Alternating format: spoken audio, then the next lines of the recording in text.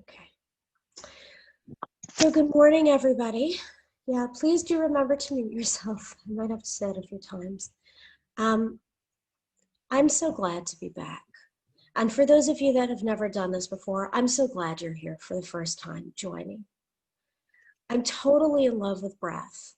And I feel like that relationships continues to deepen and to deepen and to deepen, which is interesting to be able to have something like that with a relationship that has existed since the first day of your life, and to never feel that it just kind of plateaus, that it just keeps going deeper and deeper and deeper, that it's endless. And one of the things I've been feeling this week, because what I try to share is to honestly give you something from my own experience, is the need for resetting the breath. You see, yes, we breathe based on our oxygen and carbon dioxide needs all the time, right? We need oxygen to move from the air through our lungs into our cells in order to create energy and also to support other processes, not just that. It's not the only reason we use the oxygen is to create energy. And carbon dioxide is a byproduct, yet we use it to dilate blood vessels for the carriage of oxygen.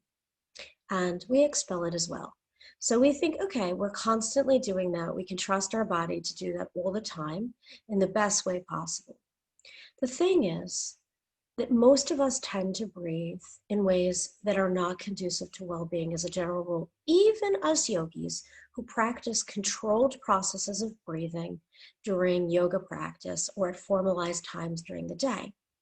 And your breathing, yes, is navigated by your oxygen and carbon dioxide needs, but you have nuclei in your brainstem that start to decide that this is the set point for when to breathe in and breathe out. And it almost starts to override the actual biochemical needs over time. I don't know if you know that, but you just get into a habit, just like you can pastorally. Like everybody knows this is not good for us, but we see people walking around like that.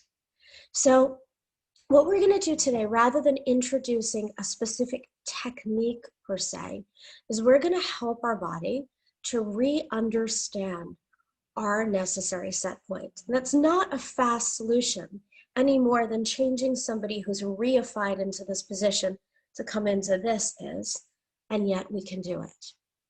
So the very first thing that we need to do is to sense in. And I want to add one other component, which is to understand how strong our respiratory system is right now for us. And that is not as a judgment.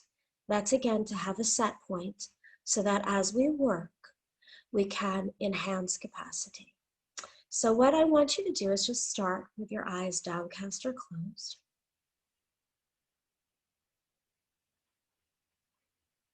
Wherever you're sitting, just do that. Come in contact with your breath.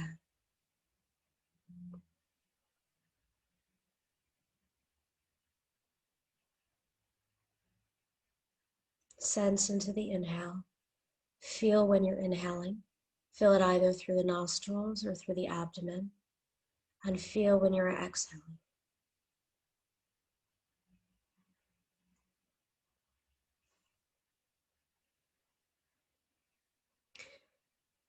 And we're going to do something together, right? So just wait to make sure that everybody that is actually in my screen, that they're settled. We're going to do a personal controlled pause test. And notoriously, we're bad at accurately counting seconds as humans, but we'll do our best. So the controlled pause test is to count how many seconds we can hold our breath out without pushing beyond a level of discomfort. So I want you to naturally inhale, naturally exhale, and then start counting the seconds for you to be able to hold your breath out comfortably. It's not an inhale pause, it's an exhale pause. If you haven't already begun, do so now. Holding the breath out. And be interested as well at this time as you're counting. If there's fear, resistance, other things that come up.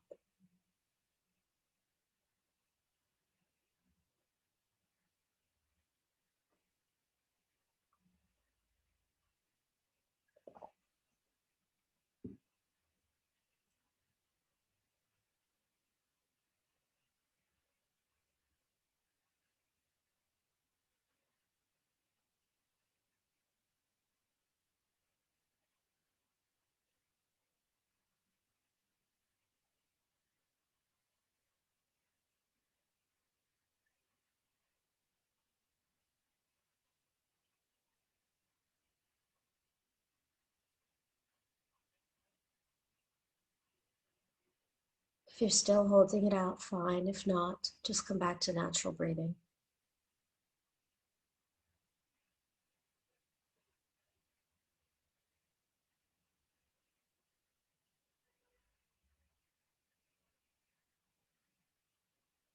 Okay, so some information I want you to all have. If you could not hold your breath out for more than 20 seconds, you probably want to work on that. That's the cutoff point, more or less, for respiratory health. And I don't want you to judge you if you don't feel that, right? That's okay. Maybe you've had COVID, maybe you have asthma, maybe there are different reasons you haven't done breath work in a long time, but you do want to work towards increasing that set point to at least over 20, that capacity to hold the exhale out. And I'm going to tell you what this means, why this is important. So again, we have misconceptions, many of us, about carbon dioxide, that it is something to expel, that we want to get rid of it. But we absolutely need carbon dioxide to dilate the small blood vessels to allow oxygen to be delivered to the capillaries, right? And also, there is this relationship between oxygen levels, carbon dioxide levels, and the ability of hemoglobin to let go of oxygen. So very interestingly, when your carbon dioxide levels are higher, it's easier for your hemoglobin that's moving through your arteries to let go of oxygen. When carbon dioxide is lower, it's like, oh, I'm not sure, I want to hold on to it. Now, when we have unhealthy breathing habits that so many of us do in daily life, we tend to breathe out more carbon dioxide, and that affects our oxygen delivery. And we have low-level tolerance of carbon dioxide. And we know very well, even though many of us might not know it in the public, but scientific community knows very well that there is a relationship between your ability to tolerate increased levels of carbon dioxide and your overall psychological well-being. Now, if I wanted you to very quickly be able to increase that controlled pause test and go from 20 seconds to even a minute, we could do a rapid breathing technique where I got rid of all your carbon dioxide or lots of it. And then you'd be able to hold your breath out for a very long period of time because it is your tolerance level or the lack thereof to carbon dioxide that is causing you to either breathe in quickly or not. So if we got rid of loads of it, you'd be able to easily tolerate it more in one sitting. But what's important is not doing that in a moment. What's important is being able to do that regularly. So we're not going to do this today, but if you're interested in working with that, the easiest way to work with increasing your tolerance of carbon dioxide levels is through doing some breath holding, both after the inhalation and after the exhalation, and that will help you. Now, we're going to do something else, but it's going to be related to the set point. I want you to come back to conscious awareness of your breathing if you're not doing it. I want you to inhale, exhale naturally, and to actively choose to wait to breathe in again and allow the need for you to breathe in again to take over. And this is difficult because you're working with a process that's automatic or that you can control. So you can get into a rumination thinking, do I need to breathe in now? Should I? Am I holding my breath out? Am I not? That's fine if that's in the background. Let it be there, that chatter. And then just start to pay attention. When do I actually need to breathe in again?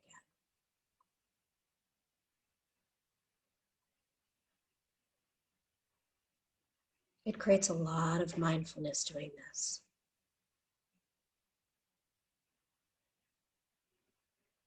You really have to pay attention.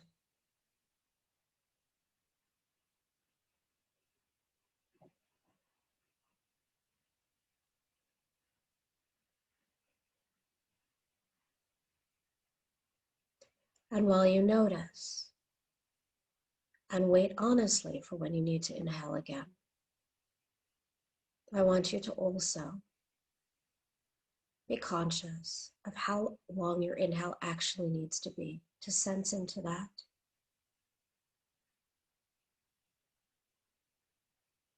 and then your exhale. Right, let's readjust the set point. How long does your inhale need to be for you to feel comfortable? And really watch it. How long, how deep? And then really watch the exhale. How extended, how full you release. Don't push or pull, just watch what feels good. As you continue to wait for when you need to breathe again.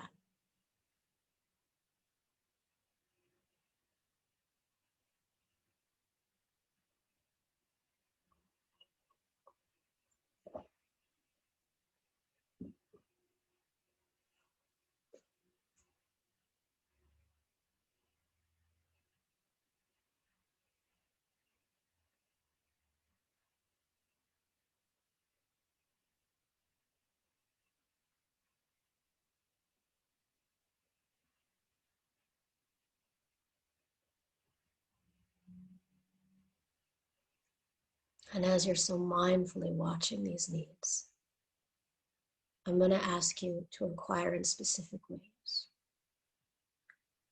Do I feel that I need to inhale long? Does it feel that I need that in my lungs? Not that I think I do. Does that a feeling? Do I feel that I need to exhale long? Does it feel short, actually, that I just need to get rid of a little bit?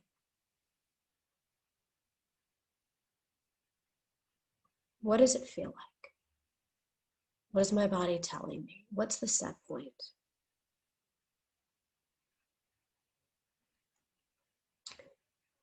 Now, you might be different, but most of us feel like we need to take quite a lot of air in on the inhalation. But we need to have this long inhale. And the exhale, if we don't control it, tends usually to be quite short. And I find this so interesting as a metaphor for life, how we in modern society live under the misconception that we need to take in and have lots and hold on to it and not let go of very much. Not realizing actually that holding on to a lot, whether it's emotions or stuff, means that we aren't free. And the letting go of stuff, of emotions, and all of that is difficult. And we have this same pattern in our breath. Because really, from a health perspective, we would do very well having a subtle, relatively short inhalation, followed by a healthy, longer, but also subtle exhalation, a natural gap, a waiting period where neither coming nor going is happening, and then a gentle, subtle inhale again.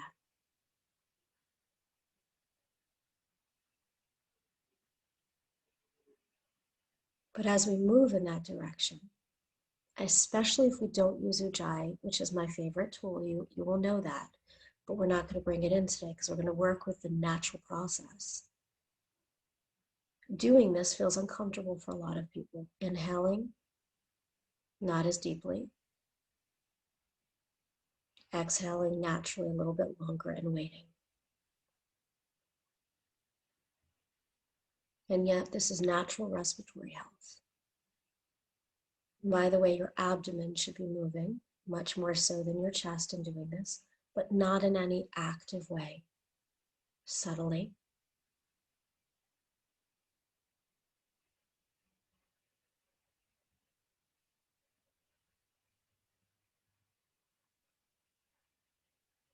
And I'm going to add the last piece now, which is, and this is very traditional in the yogic tradition, is actively keeping the breath steady and smooth. Trying to keep the whole of the inhale, and this takes work and it might be uncomfortable, and that's okay. That doesn't mean it's bad. The whole of the inhale, the same speed, the same energy, and that speed and energy is very gentle and subtle. And then the exhale doesn't have to be the same as the inhale, but again, From the beginning of it through the end, it has the same speed, the same energy, and it's subtle. So we're going to add all these elements together and practice this way now for the next 6 minutes. We're going to allow the inhale to be gentle. We're not going to over inhale, even if we have that desire to. And we're going to keep the inhale breath steady and silky smooth and subtle. We're going to then have the exhale allowed to be just a touch longer than the inhale. And we're going to keep it steady, smooth, and subtle.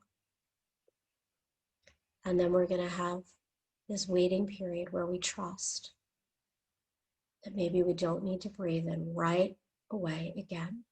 We wait till the need arises and we allow it to happen. We're starting to divest our breathing practice of pre-existing conceptions that are not conscious, but they exist in our system, and return to a healthy set point.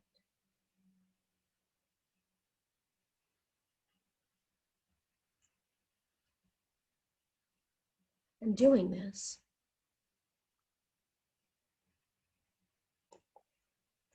naturally requires you to pay attention with great awareness to every single inhale, exhale, and waiting.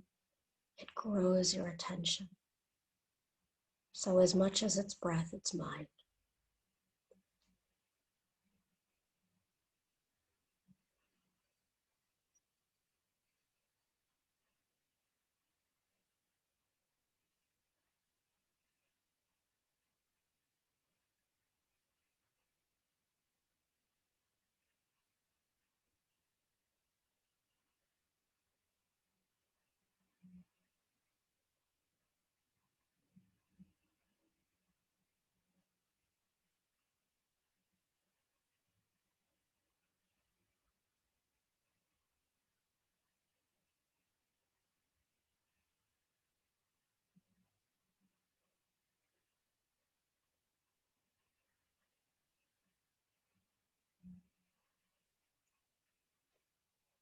Keep doing this. I find for myself, I resist it. I want to go to the techniques that change my state.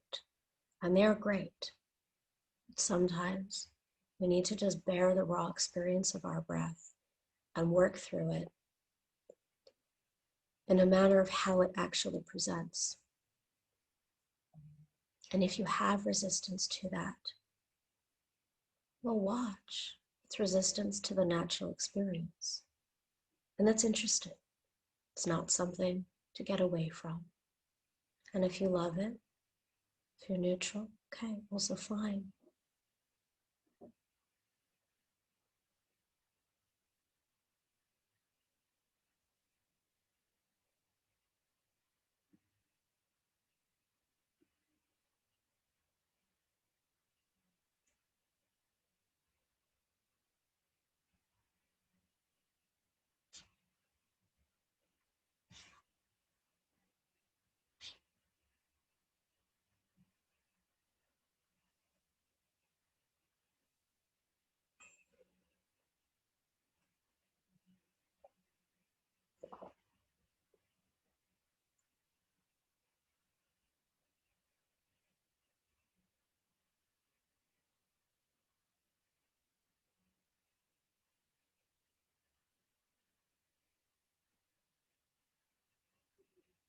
Steady, smooth,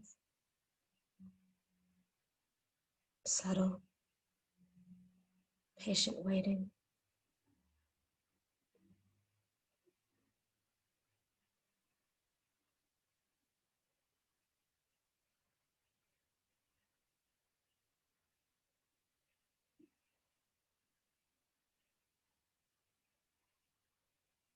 Trusting your breath.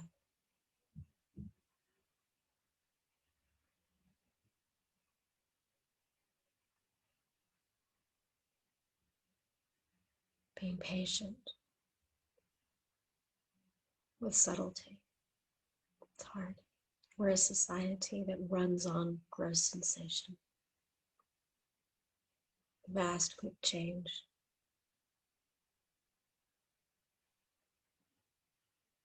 which really isn't sustainable usually.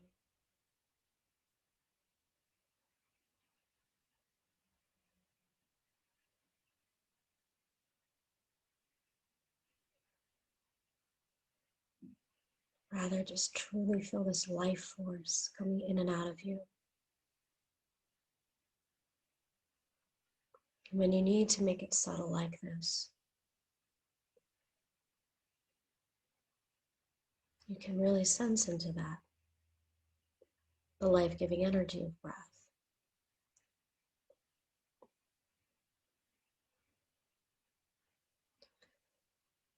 So we're going to move into a very short meditation now. And if you like doing this, you can keep this in the background. But if this was a lot of energy for your respiratory nervous system to do it, you can drop it. You can drop the subtle control we've had. That's up to you. But we move now from focusing actively on breath to mind. And we can let the breath be as it is. And as the inhale happens, we say to ourselves, inhaling, inhaling. And as the exhale occurs, exhaling, exhaling. And if there's a pause, we can say that as well. Pause, pause. And when the inhale arises and we feel it either in the nostrils or the abdomen, we say, inhaling, inhaling, and again, exhaling, exhaling. And if it's occurring, pause.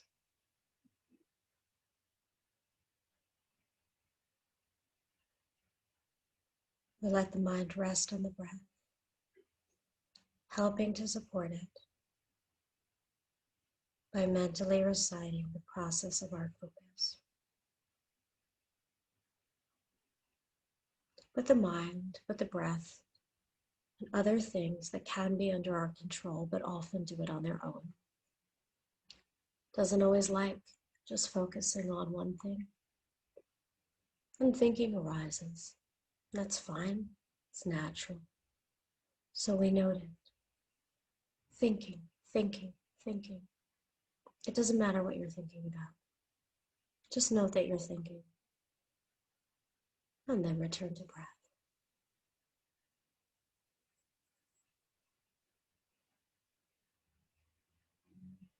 Inhaling, exhaling.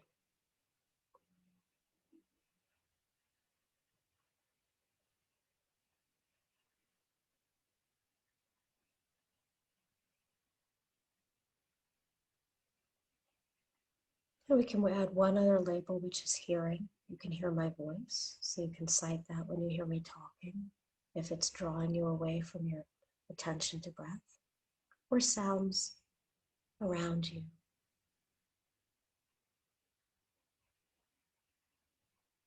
And we are not labeling to make anything go away. We're not saying inhaling to make breath go away.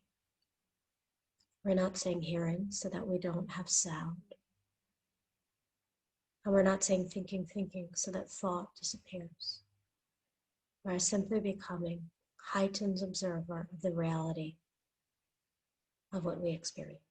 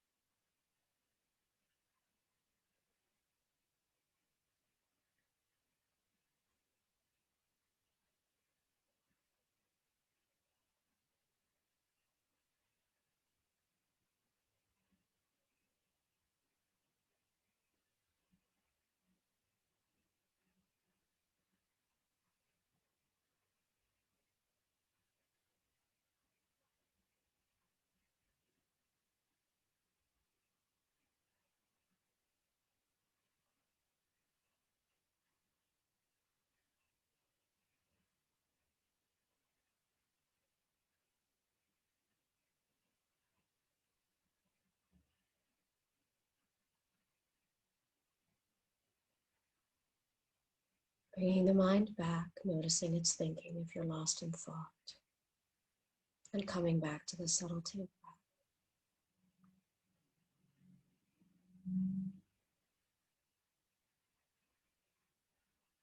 And keep watching as I just make my last little remarks before we move into questions and answers and discussion.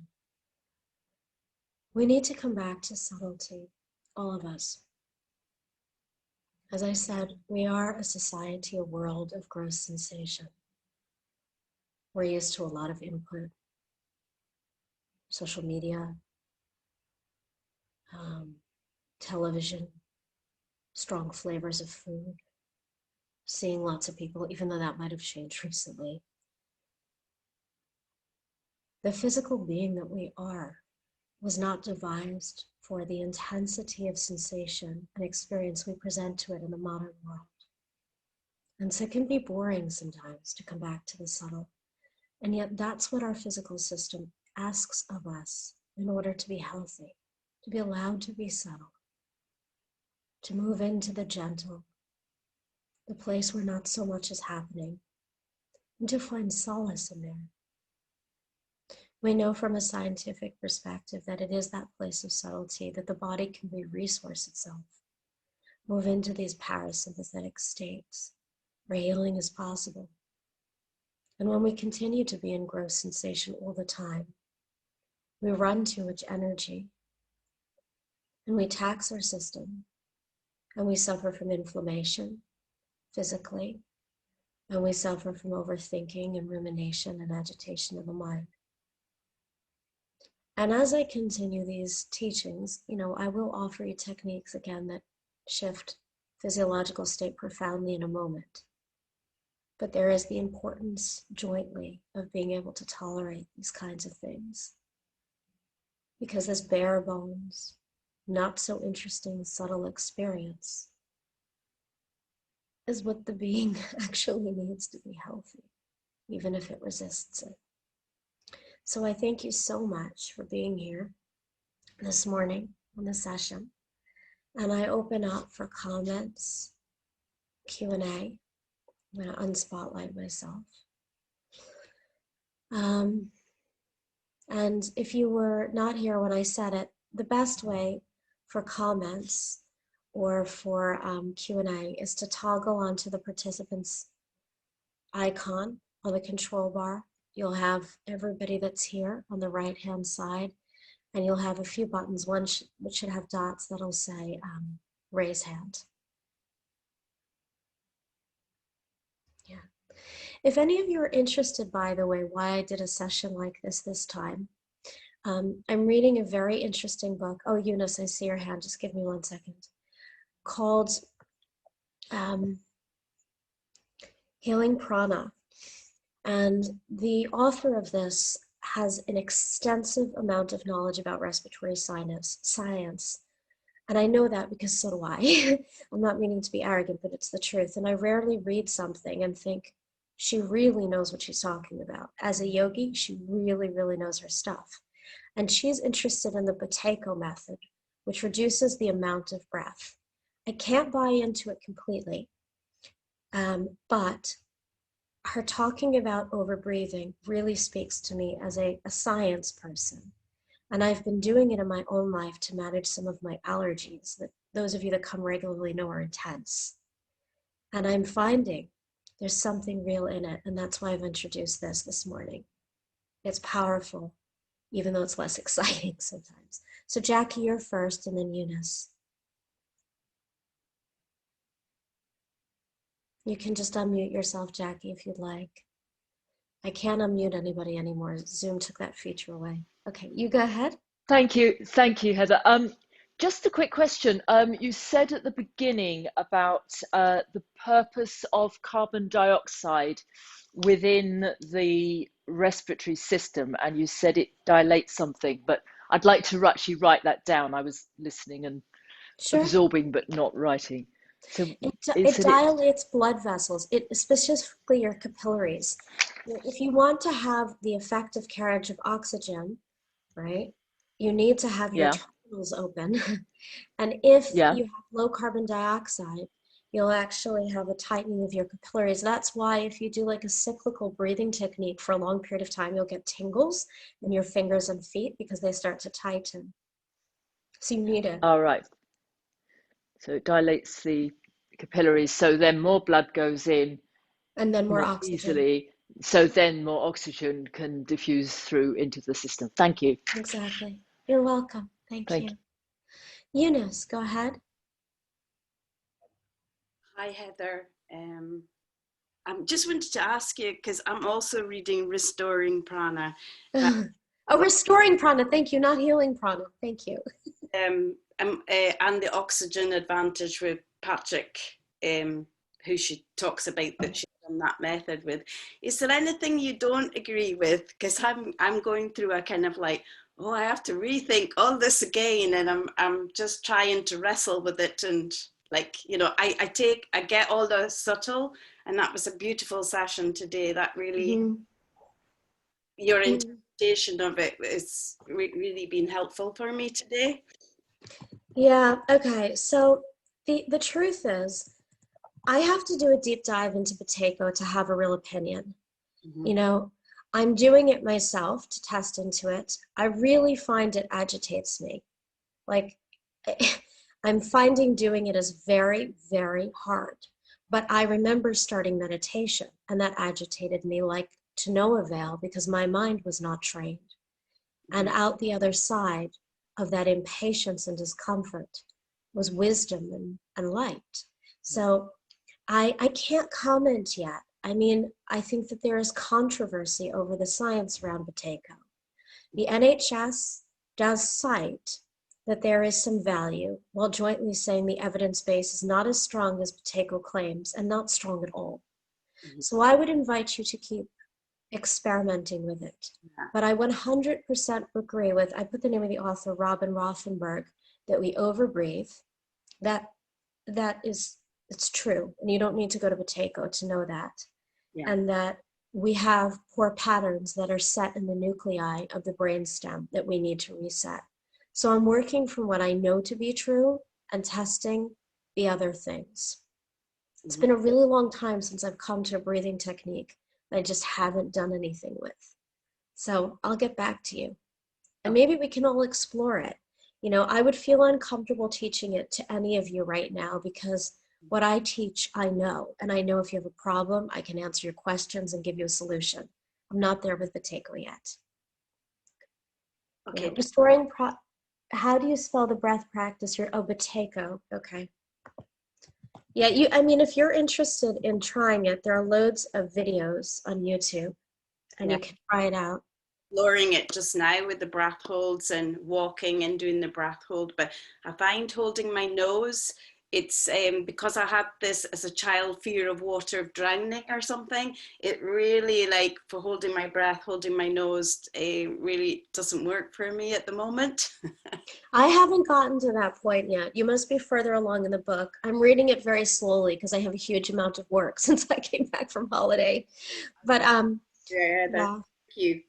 yeah, but I'll continue. I'll read up more and we'll talk about it. Great. So, any other any other questions? Thank you, Eunice. Or comments? Yeah, thank you. Thank you for everybody for your comments. Does anyone want to speak to the rest of the people in the meeting? Can we see this again somewhere? Oh, I do this every Wednesday. And also you can go to the Minded Institute YouTube channel. That reminded me. Just a few things that I might announce about the Minded Institute goings on. We have our cancer CPD starting next week with an expert who was a nurse and she's a yoga therapist and she's amazing. And one of my favorites, we have our chronic pain CPD coming up, I think the week or 2 weeks after that, given by Raquel Chinchetro, who works in the NHS, and she sees 60 patients a week with severe chronic pain using yoga therapy and has done for like 5 years. I don't know anybody with that much knowledge. So you can check it out. We have our short courses, of course, but those are two really exciting things coming up. Oh, I see 2 questions as well. Um, So Louise, go ahead. And then Portia. Hi. Sorry, I'll go Louise on. first. Yeah, go ahead. sorry. I just wanted to ask about, so at the end of my exhale, I couldn't hold it out for very long naturally. And I do have a history of asthma. So I know you said that that can impact that. And you said that there's a method to help you build that up. And I think from doing training with you before, is it that you do Kapalabhati and then hold after doing that? Is that the technique to help?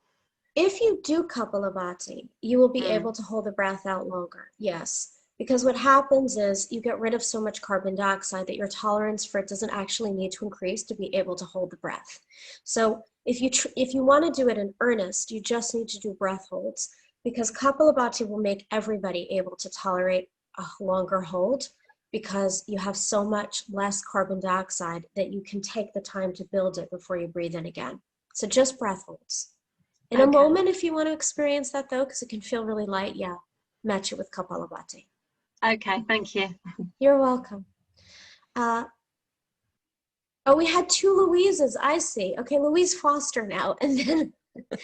Hello. Hi, Hi. sorry, I haven't got a video today. Could you just say, is there any place for pausing at the inhale? Because I find it very hard not to want to do that. Absolutely. Doing, I mean, pause yeah, after so the that's inhale.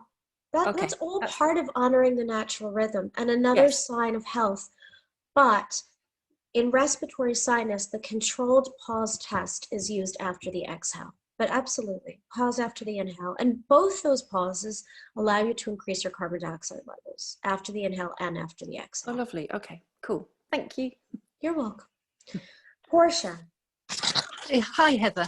I just wanted to ask Heather, who's the author of Restoring Prana? I put it in the chat, but so many people have put it in, so you want to find that. It's Sorry. Robin. No, it's fine. Yes.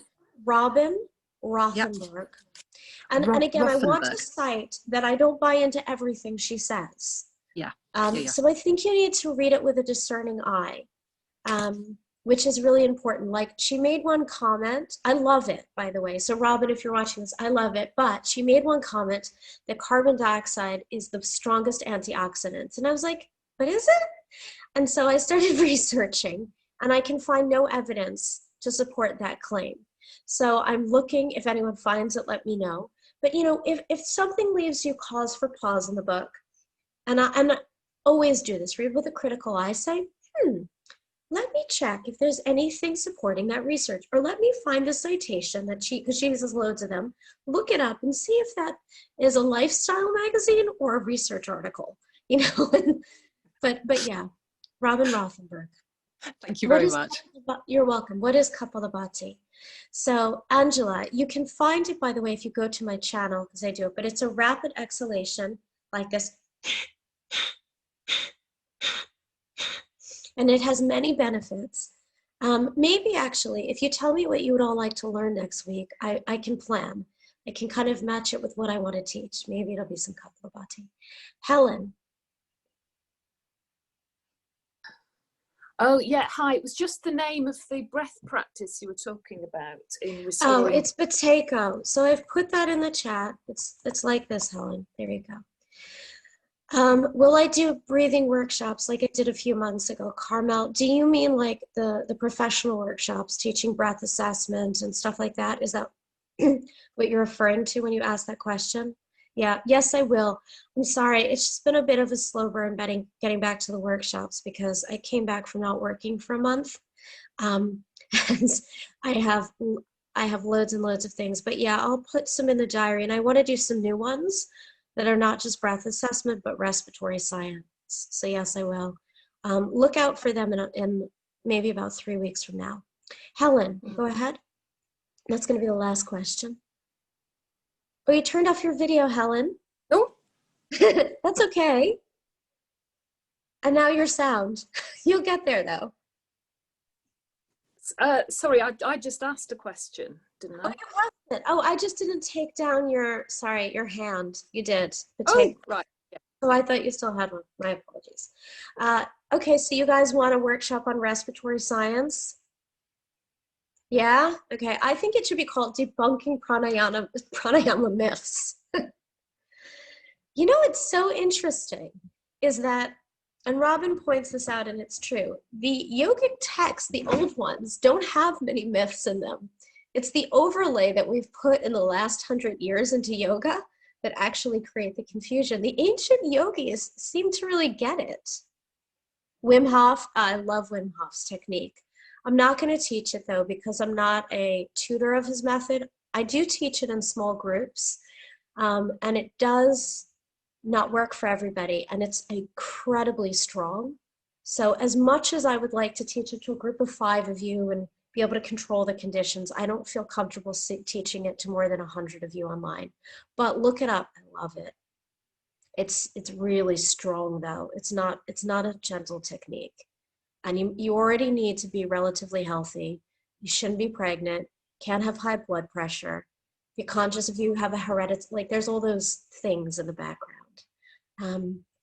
Yeah, you find it difficult. It can be difficult, but you know, if you want to practice it, Katrina, keep going with it, right?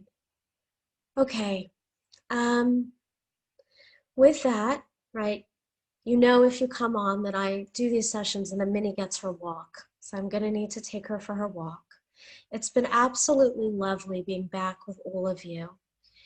I wish you well. And I hope to see you again next Wednesday, and tell people about it, you know, because I can have up to 500 people. How cool would it be if we had 500 people, you know, all together in the Sangha? So namaste, be well, breathe well, and with wisdom. Take care. Bye.